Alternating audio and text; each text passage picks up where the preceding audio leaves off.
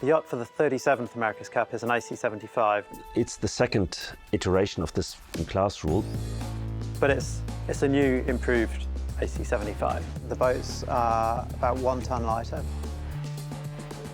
The weight was mainly taken out of the foils, so that makes a big difference. One of the ways we reduced the total weight of the boat was also to reduce the crew from 11 to 8. With these changes in mind, the AC75 should perform a lot better in the lower wind speeds. We want the race to be decided by the sailors and the boat design, not the weather forecast.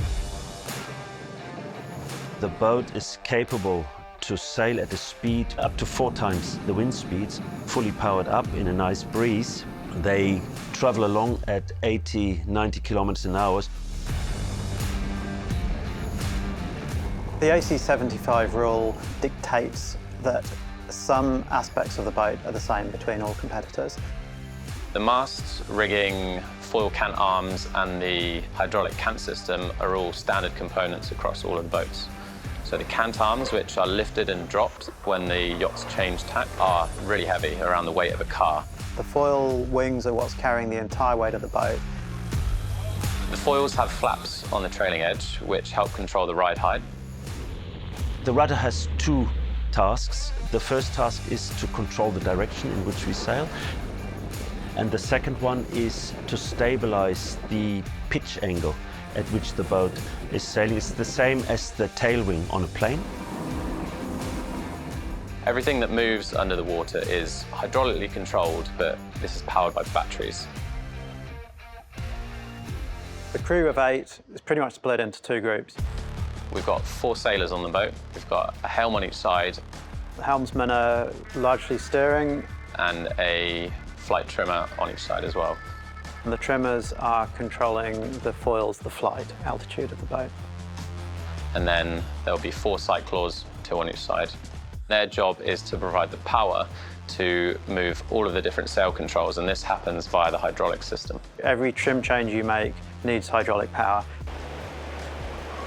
Cyclists produce with the legs significantly more energy than grinders with their arms. And that was introduced to compensate this reduction of crew. The main differences between the AC75 we had in Auckland and the AC75 we had now are the foils. The foil wings this campaign have grown from 4 meters to 4.5 meters in length, so they're now longer and skinnier. And this time the teams are only allowed to build 3 foils for their AC75s. And this is where the game can be lost or won. There's a massive amount of design effort going into optimizing the foil construction and shape. Right at the beginning of our design cycle, a lot of the discussion is around the shape of the hull. The hull is principally about aerodynamics, but also all of the systems we need to fit into that. Put your head inside one of those AC75s, you would be absolutely amazed at what goes on to make those boats work. Like, they are quite something. They are a serious piece of engineering.